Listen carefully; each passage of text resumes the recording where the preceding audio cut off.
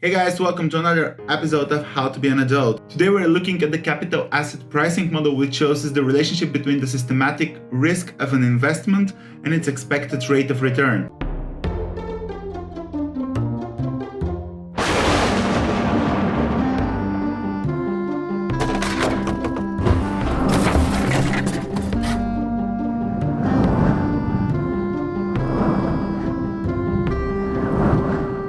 Analysts and financial professionals use the model widely for pricing risky investments and generating expected returns for assets considering the risk and cost of capital. By comparing risk and time value to the expected return, the capital asset pricing model aims to show us if an investment is priced fairly. To calculate the model, we use the following formula. So the risk of the investment equals the risk-free rate plus beta of the investment multiplied by the difference between the market risk and the risk-free rate. For the risk-free rate, we usually use the rate of government bonds for about the same maturity as our investment. The beta of the investment shows us the volatility that it has. So if the beta is above 1, it means that the investment is riskier than the average for the market and is going to increase the risk for our portfolio. And if it's below 1, it means that it's less risky than the average market.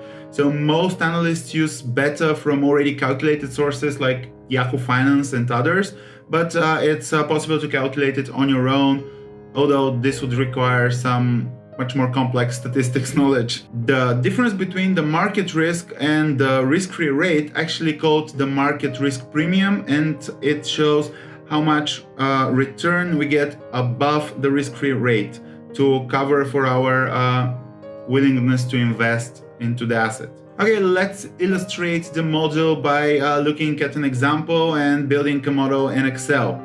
Okay, so let's start with our model. First, we gotta calculate the expected return on investment. In order to do that, we need to fill the risk-free rate of return.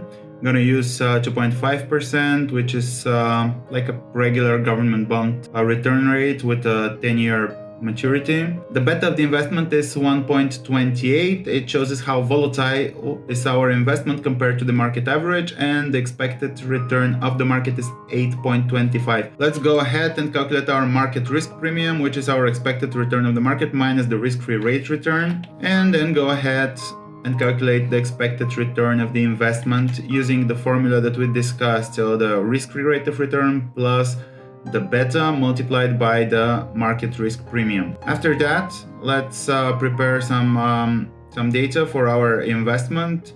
So we have a 10-year holding period for the investment.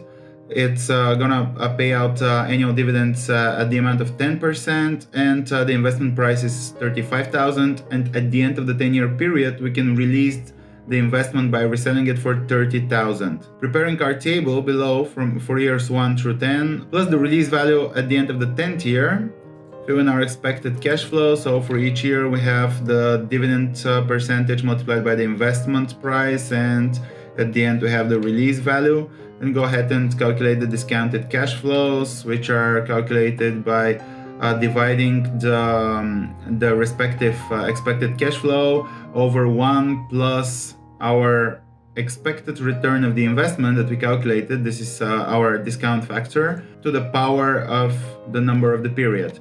We have to remember to also discount the release value that we're going to get at the end of the 10th year, and summing those gives us the present value of the discounted future cash flows. As you can see, it's actually below the investment price, so that's not a desirable investment. We can make like a simple check here. However, if we manage to, let's say, negotiate 11% dividend, you can see now that it's a bit better, but if it was like 12%, then it's going to be more substantial and really an appropriate investment to do. Okay, that was it with the example. Let's sum it all up. In conclusion, the capital asset pricing model determines if an investment is fairly priced. It is flawed as far as it relies on risk and return distributions, the behavior of other investors on the market, and some fundamentals of the market that do not actually exist in real life in the same form. However, the concepts behind the capital asset pricing model can help us understand the relation between the expected returns and the risk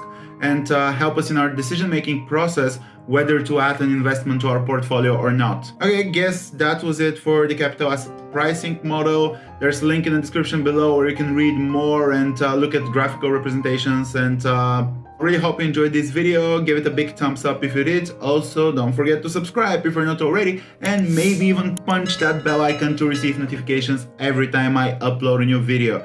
Till then, thank you for watching and see you next time. We're trying an systematic risk of an invention? Come on.